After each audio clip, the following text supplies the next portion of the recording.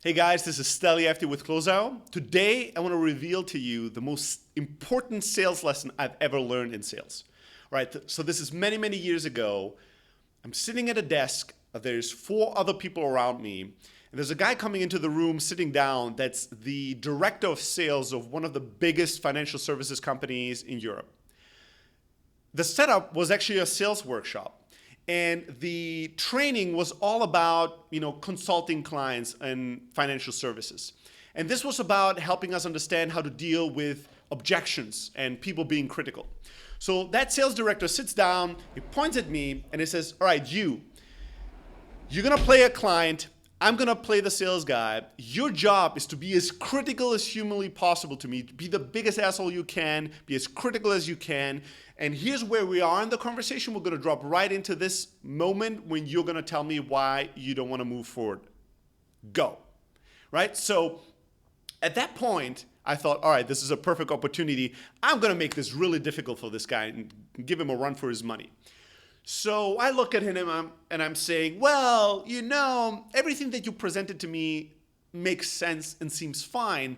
But the problem is you're an expert in this matter and you're an expert in selling this. And I have no idea about this area. And the problem? Today, you're going to convince me I'm going to buy. And then tomorrow, another guy is going to come to me and convince me that what you convinced me of was a bad idea and why his ideas or his products and services are better. How do I ever know? If I have zero expertise in this, I can't really make a good decision. And I thought that was a pretty fucking awesome objection, right? I made it pretty fucking hard for him. So what do you say to that? So he looks at me and he goes, that's a very, very good point. And he writes it down. No, okay. Any other objections that you have? Any other things that stand between us and moving forward? Anything else that comes up that we need to talk about?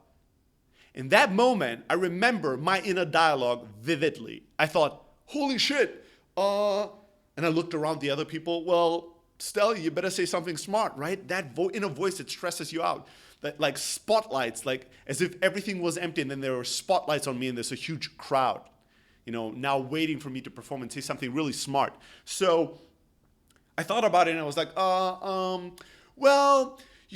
other thing was that when you said this and this about the way this financial product works, I'm really skeptical that this and this thing really does something. I don't even remember what I said. I just remember it was something stupid and it was really forced. Because I didn't prepare for a second objection. I thought that I had killed him with the first one, right? So just by him asking me that question, he totally killed my flow, my energy. So whatever, he still took me seriously and he was like, oh, that's a good question. And he writes it down. He looks at me, leans forward. Anything else? And I really remember my inner dialogue and starting to really get stressed out and starting to feel, when you feel that you start sweating? It's an amazing feeling, right? I was like, and I tried to find something and I just couldn't. And eventually I was like, no, I don't think so. I think that's all I got. And the guy, the sales director was like, all right, cool. Let's go through them one by one. Let's start with the first one. He's like, let's start with the second one. And he did something there and answered it pretty effectively because it was a very simple question. He's like, but it seems like the first one is really the killer. That's really what stands between us not working together and working together, right? And I'm like, yeah, right. I'm glad you realized that was the question I wanted you to focus on. So he's like, all right. So let me ask you, what are potential solutions for this? What do you think? And he looks at me, and again, I'm getting stressed out. I'm like, oh my God, what do I say? Well, one thing we could do is I could get you in, and then I could get all your competitors to also show up. We'll do one meeting where all of you guys are fighting it out in front of me, gladiator style, and the one that's still standing at the end, that's the one I work with. And he started laughing, and he's like, all right, that's creative. Cool. What else? Is there another solution? And we went through the same exercise. He asked me for 2 or 3 solutions, and I went through the same stresses of trying to be smart and come up with good answers until I had to say, no, I don't have anything for you anymore. And then he turns around his paper where he wrote down I had 3 solutions. And he says, out of these 3 solutions, which one do you like best? And I went, well, I think the first one. I think having you and some other financial advisors all like come together and actually battle it out in front of me who would be the best option. And he's like, yeah, well, why don't we do just that then? Why don't we just do exactly that? And I was like, sure. And in that moment, he leans forward, he puts away the paper, he looks me in the eye, and he goes, who had to do all the work here? Mind blown. I was like, holy shit, I had to do all the work. And he's like, yep, you had to do all the work. Because in sales, she who asks the questions leads the conversation. The secret to sales is not talking. The secret to sales is asking questions. The person who asks the questions is influencing the direction and focus and ultimately the destiny of the conversation. And in the best scenarios possible, you empower the client to actually come up with all the solutions and do most of the selling themselves. All you do is you learn more about them and then you direct them in the direction you want them to.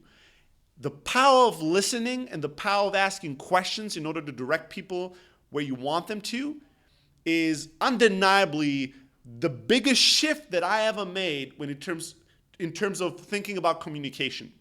Like, I remember when I first walked into that room to do that sales training, I thought sales was all about talking. I thought sales was all about charisma and rhetoric and being smarter and talking faster than others.